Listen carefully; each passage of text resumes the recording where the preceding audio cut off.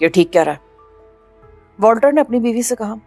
مگر ریان، چاروں طرف اس کو تلاش کرنے والے پھیلے ہوئے ہیں، ان کے درمیان سے اس کا نکل جانا بہت مشکل ہے۔ اس کے باوجود میں رکنے کے بجائے جانا پسند کروں گا۔ میں جتنی دیر یہاں رکوں گا میرے لیے خطرات بڑھتے چلے جائیں گے۔ لنسی سوچتی رہی، پھر اس نے سر ہلا دیا۔ جیسے تمہاری مرضی۔ میرا خیال ہے آدھی رات کے بعد نکلنا مناسب ہوگا۔ تب تک کے لیے تم آرام کرو، جوہانسبرگ تک کا خاصا طویل سفر ہے، جانے راستے میں تمہیں آرام کرنے کا موقع ملتا بھی ہے یا نہیں؟ والٹر نے کہا۔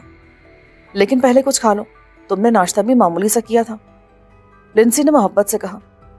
لنسی اور والٹر چلے گئے اور میں خدا کی قدرت پر عش کرتا رہ گیا۔ ایک پاکستانی اور مسلمان کو اس نے ایک یہودی خاندان میں پناہ دلوائی تھی، اور خاندان بھی کٹر یہودی۔ میں نے نشستگاہ میں اسرائیل کے اولین دور کے بن گوریان کی تصویر دیکھی تھی۔ جنوبی افریقہ میں اس خاندان کی قیمتی معدنیات کی کانکنی اور برآمد پر اجارہ داری تھی۔ یہ حقیقت ہے کہ ہیرے جواہرات اور سونے کی پیداوار پر یہودیوں کا مکمل کنٹرول ہے، کیونکہ عالمی سطح پر کرنسی کا معیار سونا ہے۔ اس لیے یہ قوم عالمی اقتصادیات پر قابض ہے۔ جیسے دماغ جسم کا چھوٹا سا حصہ ہونے کے باوجود اسے قابو میں رکھتا ہے۔ لنسی ٹرے اٹھا کر اندر لائی۔ اس میں تلی ہوئی مچھلی، روٹی اور تازہ پھل تھے۔ ابھی یہی مل سکا۔ رات کے کھانے میں تمہارے لیے کوئی خاص ڈش بنواؤں گی۔ مجھے سچ مچ بھوک لگ رہی تھی، اس لیے میں نے تکلف ایک طرف رکھ کر ٹرے صاف کرنا شروع کر دی۔ لنسی غور سے مجھے دیکھتی رہی۔ انداز بھی ولبر جیسا ہے، میرے بھائی جیسا۔ یہ تم کئی بار ولبر کا ذکر کر چکی ہو، کیا میں اس سے واقعی اس حد تک مشابہت رکھتا ہوں؟ ہاں، رکو میں بھی ایک تصویر لاتی ہوں۔ یہ تصویر میں نے خود لی تھی، ولبر اور اس کی بیوی سارا کے سمندر میں جانے سے 2 دن پہلے۔ اس کے بعد وہ کبھی واپس نہیں آئے۔ لنسی کچھ دیر میں ایک فریم شدہ تصویر لے آئی۔ یہ 12x9 کی تصویر تھی اور معمولی کلر شدہ تھی۔ اس زمانے میں جب یہ تصویر کھینچی تھی، رنگین تصویریں ایسی ہوتی تھیں۔ میں نے غور سے تصویر کو دیکھا۔ اس میں 3 افراد تھے، ایک مرد، ایک عورت اور اس کی گود میں سال بھر کا بچہ۔ تینوں کیمرے کی طرف دیکھ رہے تھے۔ مرد حیرت انگیز طور پر مجھ سے مشابہ تھا، تقریباً میرے جتنا قد، میرے جیسے سنہری مائل بھورے بال، ہلکی نیلی آنکھیں اور کھڑے نقوش۔ بلا شبہ میں اسے دیکھ کر دنگ رہ گیا۔ اس کی بیوی سارا ایک خوبصورت اور دلکش عورت تھی، اور اس کی گود میں جو بچہ تھا وہ ان کے حسن کا امتزاج لگ رہا تھا۔ نہ جانے کیوں مجھے ایسا لگا جیسے میں نے اس بچے کو پہلے بھی کہیں دیکھا ہے نا حیرت انگیز مشابہت؟ واقعی کیا تفریح کرنے سمندر میں گئے تھے؟ ولبر کو سمندر سے جنون کی حد تک عشق تھا۔ سال کے بیشتر دن وہ سمندر میں اپنی بوٹ پر گزارنا پسند کرتا تھا۔ پھر اس کا کاروبار بھی ایسا تھا کہ اسے اکثر سمندر میں جانا پڑتا تھا۔ کیا وہ بھی میری لائن سے وابستہ تھا؟ میں نے تعجب سے پوچھا۔ لنسی ہچکچائی۔ نہیں، مگر تم اسی طرح کا کام سمجھ لو۔ دراصل میرے باپ کی جواہرات کی کانیں ہیں، جانی ریان۔ وہ آج بھی اپنی کمپنی چلا رہے ہیں۔ میرے 2 بھائی اور ہیں، مگر وہ اپنا بزنس کرتے ہیں۔ ولبر کا کام کانوں سے نکلنے والے قیمتی جواہرات کو بین الاقوامی سمندر میں بڑے کسٹمرز کو دکھانا تھا۔ وہ سال میں 2-3 بار اس مقصد کے لیے کھلے سمندر میں جایا کرتا تھا۔ غالباً ایسا ٹیکس بچانے کے لیے کیا جاتا تھا۔ ہاں، جواہرات کے معاملے میں ساری دنیا میں کہیں بھی ہونے والی خرید و فروخت مستند اور قانونی سمجھی جاتی ہے، بشرطے کہ مال چوری کا نہ ہو۔ میں واقف ہوں۔ کیا مسٹر ولبر کے اسمگلروں سے بھی کاروباری تعلقات تھے؟ کیونکہ بین الاقوامی سمندر میں جواہرات اور سونے کے سب سے بڑے خریدار یہی ہوتے ہیں۔ لنسی نے مجھے غور سے دیکھا۔ لگتا ہے تمہیں اس کاروبار کے خاصے نشے و فراز معلوم ہے۔ میں مسکرا دیا۔ میں بھی سمندر کا کھلاڑی ہوں، اگرچہ یہ کھیل دوسرا ہے، لیکن پانی پر کھیلے جانے والے تمام کھیلوں سے واقف ہوں۔ ولبر کے اسمگلر سے بھی تعلقات تھے، کیونکہ وہ خام پتھروں کی بھی اچھی قیمت دیتے ہیں۔ ادائیگی کسی بین الاقوامی بینک کے ڈرافٹ کی صورت میں کی جاتی تھی۔ کتنی عجیب بات تھی، بچپن سے لے کر اب تک میرا واسطہ ایسے لوگوں سے رہا تھا جو سمندر سے کماتے تھے۔ روزی کا لفظ کہہ کر میں اس کے تصور کو بدنام نہیں کروں گا، کیونکہ اکثر کمانے والے کالی کمائی کرتے تھے۔ جمشید علی سے لے کر جان گرے تک سب نے سمندر کو مذموم مقاصد کے لیے استعمال کیا تھا، اور اب بھی میں ایک ایسے شخص کی داستان سن رہا تھا جو مجھ سے بے پناہ مشابہ تھا، اور اس کا کاروبار بھی سمندر میں چلتا تھا۔ بھائی کا ذکر کرتے ہوئے لنسی آبیدہ ہو گئی۔ جوزف، یقین کرو وہ بہت مختلف فطرت کا شخص تھا، ہم سب سے بہت مختلف۔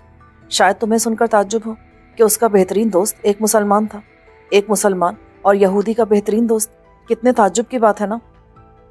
شاید تمہارے لیے ہو، کیونکہ یہودیوں کی اکثریت مسلمانوں کو اپنا بدترین دشمن سمجھتی ہے۔ حالانکہ میں نے تاریخ کا جتنا مطالعہ کیا ہے، اپنی سرزمین سے بے دخل کیے جانے کے بعد یہودیوں کو صرف مسلمانوں کے زیر سایہ سکون سے رہتے پایا ہے۔ رومی بت پرستوں اور پھر عیسائیوں نے ان کے ساتھ ہمیشہ تذلیل والا سلوک کیا ہے۔ تم درست کہتے ہو، مگر اس دور میں مسلمان ہمارے دشمن ہیں کیونکہ ہم نے ان سے بیت المقدس چھین لیا ہے۔ اس کے باوجود میں نے مسلمانوں کو یہودیوں کا نہیں صہیونیوں کا مخالف پایا ہے، جنہوں نے باقاعدہ تحریک چلا کر ان کی سرزمین پر قبضہ کیا، ورنہ ترکی، ایران اور مصر سمیت کئی مسلم ممالک میں یہودی آج بھی پورے امن و سکون سے رہ رہے ہیں۔ اس نے معنی خیز انداز میں میری طرف دیکھا۔ عیسائی ہوتے ہوئے بھی تم مسلمانوں کے خاصے طرفدار لگ رہے ہو۔ کیونکہ انڈیا میں میرا واسطہ مسلمانوں سے گہرا رہا ہے اور میں نے اس قوم کو روادار اور کشادہ دل پایا ہے۔ اس کے باوجود اگر ہم یہودیوں کو کسی قوم سے خطرہ ہے تو وہ مسلمان ہیں۔ حالانکہ نہ تو مسلمانوں نے یہودیوں کا قتل عام کیا ہے اور نہ ان کے پینے کے پانی کے کنووں میں زہر ملایا، اور نہ کسی مسلم حکومت نے فرمان جاری کیا کہ مملکت کے تمام یہودی مسلمان ہو جائیں ورنہ مرنے کے لیے تیار ہو جائیں، اور نہ کسی مسلمان نے کسی یہودی کو گیس چیمبر میں پھینکا۔ میرا لہجہ نہ چاہتے ہوئے بھی تلخ ہو گیا۔ اس کے باوجود اگر مسلمانوں کو اپنا بدترین دشمن سمجھتے ہیں تو ان کا روپ ہٹلر سے کس طرح مختلف کہا جا سکتا ہے، جس نے یہودیوں کو اپنا بدترین دشمن قرار دے کر ان کا قتل عام کیا تھا۔ نوجوان، اب تم بحث کو سیاست کی طرف لے کر جا رہے ہو۔ مجھے سیاست سے کوئی دلچسپی نہیں ہے، مگر اسے سیاست نہیں کہا جائے۔ بات جب سچائی تک پہنچنے لگتی ہے تو اس کا راستہ روک لیا جاتا ہے۔ خیر، یہ بھی بحث ہی ہے، اب تم آرام کرو۔ لنسی نے ٹرے اٹھائی اور باہر نکل گئی۔ وہ تصویر بھی ساتھ ہی لے گئی۔ اس کے جانے کے بعد میں بستر پر لیٹ گیا۔ رات مجھے بہر صورت یہاں سے نکلنا تھا، اس لیے میں نے موقع غنیمت جانا اور سو گیا۔ 24 گھنٹے سے بھاگ رہا تھا، رات بھر کا سفر، اور جسم آرام طلب کر رہا تھا۔ میں اتنی بے خبری کی نیند سویا کہ لنسی کب اندر آئی مجھے پتہ ہی نہیں چلا۔ اس نے مجھے ہلایا تو میں چونکا۔ کیا وقت ہوا ہے؟ میں کتنی دیر سے سو رہا تھا؟ رات کے 9 بج رہے ہیں، کھانا تیار ہے۔ تم 8 گھنٹے سے سو رہے تھے۔ میں شام کی چائے لائی، تب بھی سو رہے تھے۔ میں نے جگانا مناسب نہیں سمجھا۔ اب تم فریش ہو کر آ جاؤ، چاہو تو نہا لو۔ اوکے۔ جسم کی کسل مندی دور کرنے اور تازہ دم ہونے کے لیے غسل سے بہتر کوئی چیز نہیں ہے۔ لنسی کے ساتھ میں ڈریسنگ روم کے ساتھ والے باتھ روم میں آیا۔ کیونکہ کھانا لگنے کی نوید سنائی جا چکی تھی، اس لیے میں نے بھرپور اور تیز رفتار غسل کیا۔ 20 منٹ بعد میں کپڑے بدل کر ڈائننگ ٹیبل پر تھا۔ والٹر اور لنسی کا اطمینان بتا رہا تھا کہ اس دوران میں کوئی بھی خاص بات نہیں ہوئی، پھر بھی میں نے ریمل کے بارے میں پوچھنا ضروری سمجھا۔ وہ سکون سے ہے؟ اس کی فکر مت کرو، میں نے اسے چائے میں نیند کی دوا دے دی ہے، وہ سکون سے سو رہا ہے۔ والٹر نے کہا۔ میز پر کئی طرح کے گوشت تھے، لیکن مجھے اطمینان تھا یہودی بھی ذبح کھاتے ہیں اور سور ان کے مذہب میں بھی حرام ہے، اس لیے میں نے سکون سے کھانے کا آغاز کیا۔ کیا آپ کو یقین ہے کہ وہ آپ کے لیے کسی مشکل کا باعث نہیں بنے گا؟ اسے سنبھالنا میرا کام ہے۔ اس بار والٹر کا لہجہ کسی قدر سرد تھا۔ کھانے کے بعد وہ کام کا کہہ کر چلا گیا۔ لنسی مجھے اپنے اسٹڈی روم میں لائی۔ تمہارا زیادہ دیر باہر رہنا درست نہیں ہے، اس لیے بہتر ہے روانگی تک ایک جگہ رہو۔ تمہارے لیے میں نے ایک پلان بنایا ہے۔ ہم صبح 3 بجے یہاں سے نکلیں گے میرے پک اپ ٹرک پر۔ اگر راستے میں کسی نے پوچھا بھی تو میں یہی بتاؤں گی کہ کسی زمیندار کا گھوڑا بیمار ہے، میں اسے دیکھنے کے لیے جا رہی ہوں۔ اور میرے بارے میں اب کیا جواز پیش کریں گی؟ یہی کہ تم میرے نائب ہو۔ اور اگر کسی نے مجھ سے کاغذات مانگ لیے تو؟ اول تو ایسا ہوگا نہیں، پھر بھی کسی نے کاغذات مانگے تو تمہارا بیان یہ ہوگا کہ گھر بھول آئے ہو، باقی میں سنبھال لوں گی۔ اور کسی نے میرا حلیہ یاد کیا ہو تو اسے شک نہیں ہوگا کیا؟ اس کا ایک حل ہے، میرے پاس ایک شیونگ مشین ہے جو سر کے بال بھی صاف کرتی ہے۔ اگر تم اس سے سر کے بال اتار دو تو تمہاری صورت خاصی بدل جائے گی۔ پھر میں تمہیں براؤن کلر کے لینس دوں گی، اس سے تمہاری آنکھوں کا رنگ چھپ جائے گا۔ کارکن والا اوور آل پہن کر تم خاصی حد تک مختلف ہو جاؤ گے۔ لنسی جا کر کافی لے آئی تھی۔ میں محسوس کر رہا تھا کہ وہ مجھ سے بہت اٹیچ ہو گئی تھی اور اس کی کوشش تھی کہ زیادہ سے زیادہ میرے پاس رہے۔ اس کی واحد وجہ میری اس کے بھائی سے مشابہت تھی، ورنہ وہ میرے لیے اتنا کچھ کرنے کے بجائے مجھے اب تک پولیس کے حوالے کر چکی ہوتی۔ کیا یہ بات حیرت انگیز نہیں کہ تمہارا بھائی غائب ہو گیا اور متعلقہ ادارے اسے تلاش کرنے میں ناکام رہے؟ ہاں، یہ بات مجھے بھی کھٹکتی ہے۔ جنوبی افریقہ میں ہمارے خاندان کا اتنا اثر و رسوخ ہے کہ نیوی بھی ان کی تلاش میں مدد دے سکتی تھی، لیکن گمشدگی کے تیسرے دن ولبر کی بوٹ کے کچھ تباہ شدہ حصے ساحل سے کوئی 1000 میل دور پائے گئے تھے۔ کوئی لاش نہیں ملی۔ بوٹ پر 4 افراد کا عملہ بھی تھا۔ کیا تم لوگوں کو معلوم نہیں کہ ولبر اس بار کن لوگوں سے معاملہ طے کرنے جا رہا تھا؟ ممکن ہے ڈیکی کو معلوم ہو، لیکن انہوں نے ہمیں کبھی بتایا نہیں۔ ایک اہم بات اور بھی بعد میں میرے علم میں آئی۔ ولبر اس سفر میں بیش قیمت جواہرات لے کر گیا تھا جسے وہ کسی ایشیائی پارٹی کو دکھانا چاہتا تھا۔ ولبر اور اس کے خاندان کے ساتھ یہ جواہرات بھی غائب پائے گئے۔ میں نے ایک بار ڈیڈی سے پوچھا تو انہوں نے ان جواہرات کی مالیت $500 ملین مقامی بتائی۔ یہ آج سے کوئی 26 سال پہلے کی بات ہے۔ 26 سال؟ میں چونکا۔ کیا تمہیں یاد ہے تمہارا بھائی کس تاریخ کو غائب ہوا تھا؟ میں وہ دن کیسے بھول سکتی ہوں جب میں نے اسے آخری بار دیکھا۔ وہ 12 ستمبر 1974 کا دن تھا۔ میں سوچ میں پڑ گیا۔ جمشید پیلس آنے کے بعد میری اولین تصویر کھینچی گئی تھی جب میں اپنی آیا کی گود میں تھا۔ تصویر کے ساتھ ہی وہ معمہ حل ہو گیا کہ مجھے ولبر کی بیوی سیرا کی گود میں موجود بچہ اتنا جانا پہچانا کیوں لگ رہا تھا۔ وہ بچہ میری اس تصویر سے بے حد مشابہ تھا جو جمشید پیلس میں لی گئی تھی۔ یہ خیال آتے میں اضطراب کے عالم میں کھڑا ہو گیا۔ کمرے کے ایک سرے سے دوسرے سرے تک کئی چکر لگانے کے دوران میں خود کو یقین دلاتا رہا کہ یہ محض ایک اتفاق ہے۔ ولبر سے میری صورت اور پھر اس بچے سے میرے بچپن کی تصویر کی مشابہت ایک اتفاق ہے، ورنہ میرا ان لوگوں سے کوئی تعلق نہیں۔ مگر میں خود کو یقین دلانے میں ناکام رہا تھا۔ لنسی مجھے بغور دیکھ رہی تھی۔ کیا بات ہے جوزف، تم اچانک پریشان نظر آنے لگے ہو؟ کچھ نہیں۔ مجھے یاد تھا جمشید علی کو میں کشتی سے ملا تھا جس کا واحد زندہ فرد میں تھا۔ اس کشتی پر جواہرات کی ایک بڑی کھیپ تھی جو غائب ہو گئی تھی۔ جان گرے نے بھی جابر کے حوالے سے مجھے ایسی بات بتائی تھی، لیکن جابر کی کہانی مختلف تھی۔ اس نے کشتی پر موجود افراد کو جمشید علی کے حکم پر قتل کیا تھا اور جواہرات بھی جمشید علی نے ہتھیا لیے تھے۔ مجھ پر اسے رحم آ گیا تھا اور وہ مجھے اپنے ساتھ جمشید پیلس لایا تھا۔ بعد کے واقعات سے ثابت ہو گیا کہ میری پرورش کی وجہ رحم دلی یا انسانیت نہیں تھی، بلکہ جمشید علی مجھے مخصوص مقاصد کے تحت پروان چڑھا رہا تھا۔ اس نے مجھے تربیت دلوائی، مجھے سیلف ڈیفنس کے ساتھ آتشی اسلحے کے استعمال کا ماہر بنایا، پھر لندن میں مجھے جہاز رانی کی اعلیٰ ترین تربیت دلوائی۔ اس کا مقصد یہ تھا کہ میں اس کی جگہ اس کے سیاہ کاروبار کی باغ دوڑ سنبھال لوں اور اس کے بچے اس دھندے میں ہاتھ کالے کیے بغیر اپنے محلات میں اس کی آمدنی سے شہنشاہوں جیسی زندگی بسر کریں۔ میری حیثیت اس بکرے کی سی تھی جسے قربانی کی نیت سے خوب کھلا پلا کر پالا جائے۔ کیا سارے ہی واقعات تھے؟ کیا میں واقعی اس یہودی خاندان سے تعلق رکھتا تھا؟ نہیں۔ میں نے شدت سے نفی میں سر ہلایا۔ میں آج تک جس قوم سے اس کے سیاہ اعمالوں اور غاصب ہونے کی وجہ سے نفرت کرتا آیا تھا، میں اس کا ایک فرد کیسے ہو سکتا ہوں؟ ہرگز نہیں۔ میں نے بے خیالی میں بلند آواز سے کہا۔ لنسی پریشان ہو کر میرے پاس چلی آئی۔ جوزف، کیا مسئلہ ہے؟ تم اس طرح پریشان کیوں ہو گئے ہو؟ مجھے نہیں بتاؤ گے؟ اس کے انداز میں اپنائیت تھی۔ میں نے اجنبی نظروں سے اس کی طرف دیکھا اور بستر پر جا کر بیٹھ گیا۔ وہ میرے برابر میں آ کر بیٹھ گئی۔ کیا بات ہے جوزف؟ کچھ نہیں۔ میں نے رکھائی سے کہا۔ تم اپنے بھائی کے بارے میں بتا رہی تھی۔ کیا یہ ممکن نہیں کہ وہ کسی سازش کا شکار ہو گئے ہوں؟ کیا مطلب؟ مطلب یہ کہ ان کی گمشدگی پر ریان خاندان نے اپنا پورا اثر و رسوخ استعمال کیوں نہیں کیا؟ میرا لہجہ سخت تھا۔ کیا ریان خاندان میں ولبر ریان کو ناپسند کیا جاتا تھا؟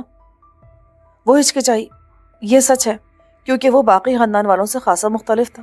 میں نے تمہیں بتایا نا، اس کی دوستی ایک مسلمان سے تھی، شبیر خان نام تھا۔ وہ چھوٹا تھا جب ہندوستان سے اپنے باپ کے ساتھ جنوبی افریقہ آیا تھا۔ اس کے باپ نے بندرگاہ پر مزدور کی حیثیت سے کام شروع کیا تھا، پھر وہ ڈیڈی کے پاس کام کرنے لگا۔ ڈیڈی نے اسے اپنی کان میں کام دیا تھا، جہاں اس نے جلد ترقی کر کے سپروائزری کی پوسٹ حاصل کی۔ شبیر بچپن سے میرے اور ولبر کے ساتھ رہا تھا۔ اگرچہ خاندان کے دوسرے لوگ شبیر اور اس کے باپ کو سخت ناپسند کرتے تھے، مگر ڈیڈی نے کبھی پرواہ نہیں کی۔ شبیر اور اس کے باپ کو رہائش کے لیے اپنے بنگلے میں کوارٹر دیا تھا۔ پھر شبیر کا باپ مائن کے حادثے میں مارا گیا، تب ڈیڈی نے شبیر کو اپنی سرپرستی میں لے لیا تھا۔ میرے دو بڑے بھائیوں آرم اور ریفر کو یہ بات ناپسند تھی۔ وہ شبیر سے سخت نفرت کرتے تھے، اس لیے کہ وہ ایک مسلمان تھا شاید، اور اس لیے کہ وہ ان کے خاندان سے باہر کا ہونے کے باوجود گھر کے فرد کی طرح رہ رہا تھا۔ صرف میں اور ولبر شبیر کے دوست تھے۔ ولبر اس کا ہم عمر بھی تھا اور دونوں کے مزاج اور عادتیں بھی ملتی تھیں۔ ہائی اسکول کے بعد شبیر مزید تعلیم حاصل کرنے کے بعد جوہانسبرگ یونیورسٹی چلا گیا تھا۔ اس نے ہائی اسکول کے زمانے سے اپنی تعلیم کا بوجھ خود اٹھانا شروع کر دیا تھا۔ ڈیڈی کا احسان مند ہونے کے باوجود اسے گوارا نہیں تھا کہ وہ مزید ان کے زیر بار رہے۔ ولبر بھی اس کے ساتھ ہی یونیورسٹی چلا گیا۔ گریجویشن کے بعد ڈیڈی نے ولبر کے لیے ایک کمپنی قائم کی تھی، وہ اس کو چلانے لگا۔ اس نے شبیر کو بھی اپنے پاس بلا لیا۔ کمپنی قیمتی جواہرات کے سودے کراتی تھی۔ لگتا ہے شبیر کا تمہارے بھائی کی کہانی میں خاصا گہرا کردار ہے۔ بہت زیادہ۔ ولبر اس کی بات مانتا تھا اور اس کے مقابلے میں اپنے بھائیوں اور خاندان کے دیگر لوگوں کے مشورے بھی نظر انداز کر دیا کرتا تھا۔ ولبر کے ساتھ اس کمپنی میں رابی بھی شریک تھی، جو ڈیڈی کے کزن کی بیٹی تھی۔ اس نے جواہرات کے بارے میں ڈگری لی تھی اور اسے قیمتی پتھروں کی غیر معمولی پہچان تھی۔ اس کی اس خصوصیت کی وجہ سے ولبر نے اسے اپنا شریک بنا لیا تھا۔ پھر نہ جانے کب رابی اور شبیر ایک دوسرے کو پسند کرنے لگے۔ جب بات شادی تک پہنچ گئی تو خاندان والے چونکے۔ کیا ولبر پہلے سے بات جانتا تھا؟ لنسی نے اس بات میں سر ہلایا۔ در حقیقت اس نے شبیر اور رابی کی محبت پروان چڑھانے میں ان کی ہر ممکن مدد کی تھی۔ جب خاندان نے اور خود رابی کے گھر والوں نے اس شادی کی مخالفت کی تو ولبر نے ان کی خفیہ شادی میں مدد دی۔ راز اس وقت فاش ہوا جب رابی کے پاؤں بھاری ہوئے اور اس نے اعلان کیا کہ اس نے شبیر سے شادی کر لی ہے۔ یہی نہیں بلکہ اس نے اسلام بھی قبول کر لیا تھا۔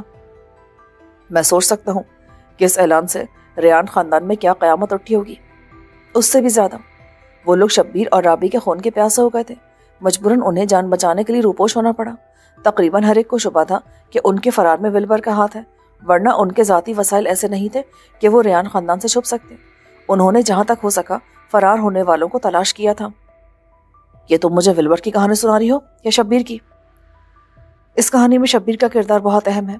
رابی اور شبیر کے جانے کے بعد پتہ چلا رابی اپنے خاندان سے بیش قیمت جواہرات کا ایک بڑا حصہ لے گئی۔ یہ کئی نسلوں سے اس کے خاندان کے پاس چلا آ رہا تھا۔ در حقیقت ان دونوں کی کھوج اس وجہ سے کی جا رہی تھی کہ ان سے ریان خاندان کے جواہرات حاصل کیے جائیں۔ کیا ان کا کوئی سراغ ملا؟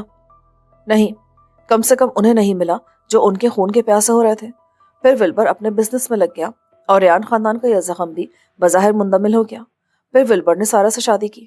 وہ اس کی دور کی کزن تھی۔ اس نے اپنی کمپنی کو بہت ترقی دی اور ولبر جیم جنوبی افریقہ میں جواہرات کا کاروبار کرنے والی چند بڑی کمپنیز میں شمار ہونے لگی۔ شادی کے فوراً بعد سارا بھی امید سے ہو گئی اور اس کی طبیعت بحال کرنے کے لیے ولبر اسے یورپ لے گیا۔ بیلجیم اور ہالینڈ میں جواہرات کا کاروبار کرنے والوں سے اس کے وسیع تعلقات تھے۔ وہ 2 سال وہاں رہا اور سارا بھی اس کے ساتھ تھی۔ وہیں انہوں نے ایک بیٹے کو جنم دیا اور پھر واپس آئے۔ اور آتے ہمیشہ کے لیے غائب ہو گئے؟ میں نے پوچھا۔ ہاں، میں نے 2 سال بعد اپنے بھائی اور بھابھی کو دیکھا اور پھر انہیں ہمیشہ کے لیے کھو دیا۔ مگر اس سفر سے واپسی پر ولبر کے پاس وہ بیش قیمت جواہرات تھے جو رابی لے کر غائب ہوئی تھی۔ ولبر نے تسلیم کرنے سے انکار کر دیا کہ یہ وہی جواہرات ہیں۔ ان کی تراش خراش میں فرق تھا۔ یہی جواہرات ولبر فروخت کرنے کے لیے کھلے سمندر میں لے گیا تھا۔ ہاں، اور یہ بھی ولبر کے ساتھ گم ہو گئے۔